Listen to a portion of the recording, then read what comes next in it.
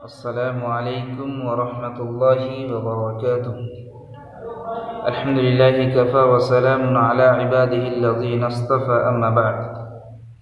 मुहतरम नाज़रीन किराम, सामीन हज़रात, मैं आज आपके सामने बहुत ही अहम मौजू लेकर हाज़िर हूँ। इसी मौजू के मुताल्लिक़ चंद बातें अर्ज़ करूँगा जिसका नाम अगर अब भी ना जागे। मुहतरम सामीन, इस दौर के अंदर, इस टेक्नोलॉजी ज़माने के अंदर अगर हम किसी कौम की या किसी गिरोह की अगर हम कामयाबी पर नज़र दौड़ाते हैं तो वो कौम, उनकी तारीख़, उनकी हस्ती से हमें ये मालूम होता है कि वो कौम, वो गिरोह हर वक्त जागे रहते थे। इसका मतलब ये नहीं कि आप रात में ना सोए बल्कि सिर्फ दिन और रात 24 घंटा जागते रहे। इसका ये मतलब कतई नहीं है। इसका मतलब ये है कि वो हर मैदान में, हर फील्ड में, हर काम के लिए वो चुस्त चालाक और बहुत ही होशियार और दानिशमंदी से काम लिया करते थे। लेकिन आज की इस टेक्नोलॉजी ज़माने के अंदर हमारा मुस्लिम समाज, मुस्लिम कौम, मुस्लिम गिरोह हर एतबार से सोए हुए। कहीं ना कहीं हमारी गिरावट, हमारी ज़बर से ज़ेर होने की अगर वजह है तो हम सोए हुए हैं। जो सोए वो खोए। आज हम हर एतबार से सोए हुए हैं। हमें हर एक मैदान में, हर एक चीज़ में जागना है। कहीं हमारे सोने की वजह से हमारे आने वाले नस्ल हमें गालियाँ ना दे, कहीं हमारे सोने की वजह से हमारे बाल बच्चे आकर हमें ताना ना दे, कहीं हमारे सोने की वजह से हमारे आने वाले नस्लें हमें हमारी करतूत का वो उनका फल भुगतता रहे। मुहतरम नाज़रीन, लिहाजा आज हम एक मुसलमान होने की हैसियत से हर एतबार से, हर मैदान में आज हमें जागना बिल्कुल ज़रूरी है। हम अल्लाह रब्बुल आलमीन की इबादत के लिए जागे, रसूल की इताअत के लिए जागे, नबी सल्लल्लाहु अलैहि वसल्लम की अहादीस और दीन इस्लाम को बचाने के लिए हम जागे, अल्लाह के रास्ते में खर्च करने के लिए जागे। लेकिन आज मुसलमान का क्या हाल है? अपनी ईमान को बचाने के लिए कोई तैयार नहीं। थोड़ी सी कीमत पर, थोड़ी सी मामूली सी बात पर अपनी ईमान को बेच देते हैं। मोहतरम नाज़रीन, ये ईमान हमारे लिए इस दुनिया के अंदर सबसे बड़ी नेमत है, सबसे बड़ी दौलत है।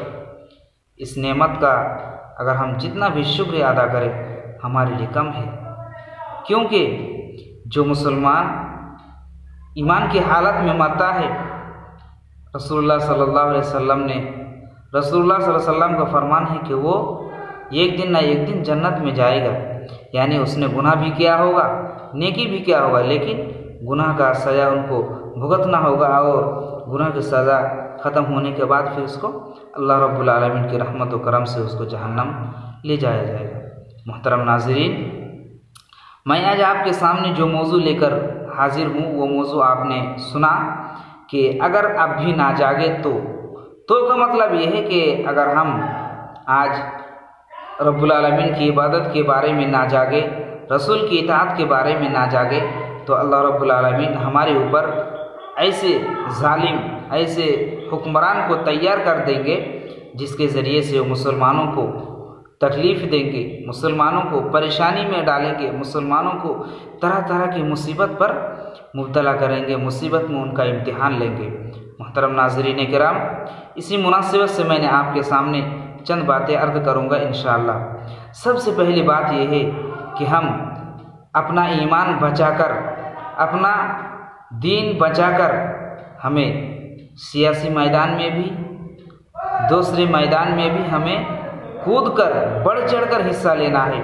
कहीं ऐसा ना हो कि हम सिर्फ अल्लाह की इबादत में लगे रहे, रसूल की इताअत में लगे रहे, दूसरी चीज़ों को छोड़ दिए।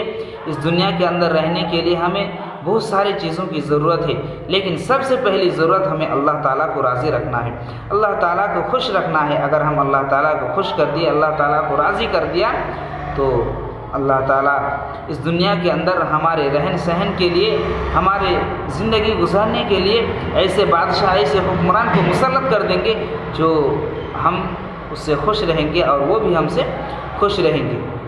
कुरान में जा बजा अल्लाह ताला ने इरशाद फरमाया, ज़हरल फसादु फिल बर्रि वल बहरि बिमा कसबत अयदिन नास, कि तुम खुशकी के अंदर, तरी के अंदर जो बुराई तुम देखते हो ये किसी की करतूत नहीं बल्कि तुम्हारा ही करतूत है।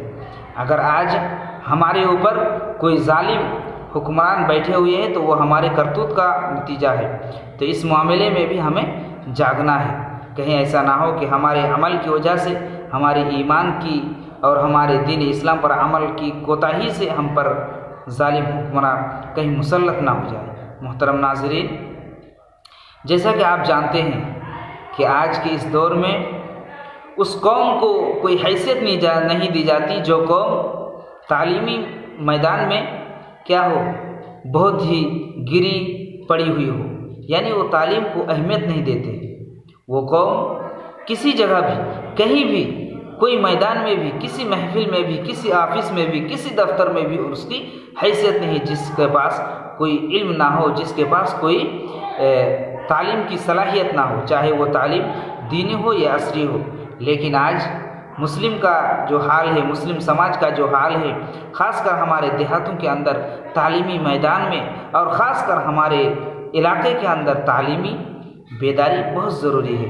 हम तालीम के मैदान में बहुत पीछे हैं, हम तालीम के बारे में बहुत ही कमज़ोर हैं।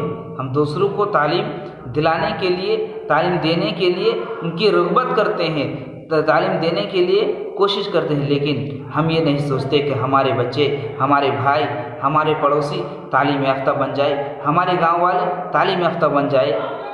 अगर कोई इंसान के पास तालीम ही नहीं है तो वो इस दुनिया के अंदर उसकी हैसियत बिल्कुल, अगर आप ना माने बुरा तो ये जुमला काफ़ी है कि वो जानवर से भी बदतर है। अल्लाह रब्बुल आलमीन ने जो फरिश्ते को ऊपर इंसान को अफजलियत दी, फजीलत हासिल दी, तो उसकी वजह सिर्फ क्या है? तालीम है, इल्म है। अगर आपके पास इल्म है, अगर आप दीनी इल्म है, उसके साथ साथ असरी उलूम भी आपके साथ है, तो आप फरिश्ते से भी अफजल है। लेकिन अगर आपके पास इल्म नहीं है, तालीम नहीं है, तो आप जानवर जैसे बदतर है। यानी अगर कोई इंसान इस ज़माने के अंदर कोई काम करता है, कोई भी बिल्डिंग का काम हो या इंजीनियरिंग का काम हो या टीचर्स का काम हो, कोई भी काम करे तो उसको पहले उस चीज़ के बारे में, उस फ़न के बारे में उसको तालीम हासिल करना पड़ता है। उसके बाद जाकर वो उस मैदान में जाते हैं और उस फील्ड में वो काम करते हैं। तो ठीक इसी तरह अगर हम इस ज़िंदगी को अपने दीन इस्लाम के ऊपर गुजारते हैं, दीन इस्लाम पर हम अपनी ज़िंदगी को कटाते हैं, तो हमारे ऊपर इतना ही ज़रूरी है कि हम किसके ज़रिए से अपनी ज़िंदगी को गुजारें, किसकी रहनुमाई से हम अपनी ज़िंदगी को गुजारें। तो अगर हमारे पास तालीम नहीं है तो हम अपनी ज़िंदगी को कैसे गुजारेंगे? अगर हमारे पास दीनी इल्म नहीं है तो नमाज में, रोज़े में, हज में, ज़कात में, लोगों के साथ लेन देन में, बातचीत करने में हम किसको आइडियल मानें? इसलिए हमें इस बारे में भी, तालीम के बारे में भी हमें जागना पड़ेगा। हम हर एतबार से सोए हुए हैं। अगर हम इसी तरह सोते रहे तो हमारी कौम, हमारी नस्लें आने वाले हमें कभी माफ़ नहीं करेंगे। मोहतरम नाज़रीन, ठीक इसी तरह आज हम सियासी मैदान में भी सोए हुए हैं। सियासी मैदान में भी आपको जागना है। ये दुनिया, अगर आप सियासी मैदान से ताल्लुक़ नहीं रखते, अगर आप सियासी मैदान से कोसों दूर रहते हैं, सियासी पार्टियों को आप बुरा समझते हैं, तो आपकी ज़िंदगी इस दुनिया के अंदर और अभी इस दौर के अंदर गुजरना बहुत ही महाल और मुश्किल हो जाएगा। क्योंकि अगर आप उस मैदान में नहीं जाएंगे, उस फ़न को नहीं समझेंगे, तो आपका जो ये कीमती वोट है, उस वोट के ज़रिए से आपके ऊपर कोई जालिम हुक्मरान बैठ जाएंगे और आपके ऊपर वो हुकूमत करेंगे और आपकी कोई हैसियत नहीं रहेगी। एक जानवर, एक बैल की शक्ल या एक जानवर आप कह लीजिए, उसको हैसियत दी जाएगी, एम्बुलेंस में, गाड़ियों में उसको उठाकर अस्पताल पहुंचाया जाएगा। लेकिन आप एक इंसान होने की हैसियत से आपकी कोई वैल्यू नहीं है। आज देख लीजिए इसी दौर के अंदर, इसी ज़माने के अंदर, हमारे ही दौर में कि हमारे हिंदुस्तान के बहुत सारे शोबों में जो गाय को अपना माँ समझते हैं, उसकी कितनी इज्जत करते हैं। कहीं कहीं अगर देखा जाए तो उसकी बेइज्जती भी करती है।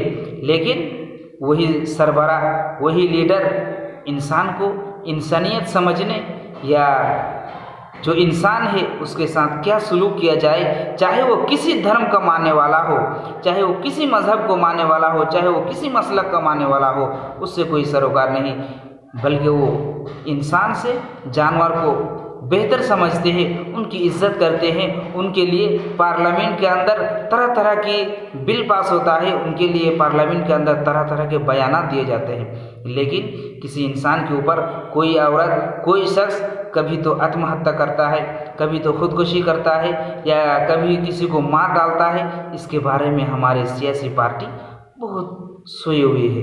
हम एक इंसान होने की हैसियत से और एक मुसलमान होने की हैसियत से हमें हर मैदान में, हर फील्ड में हमें जागना है। कहीं ऐसा ना हो कि हम सोते रहे और हमारे ऊपर कोई बड़ी मुसीबत आकर पहुँचे और उस वक्त अगर हम जागे तो उस वक्त हमारे जागने से कोई फ़ायदा नहीं।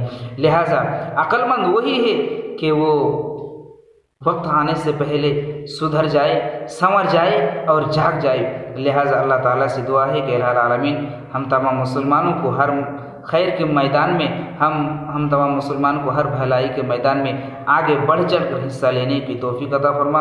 अस्सलामु अलैकुम व रहमतुल्लाहि व बरकातहू।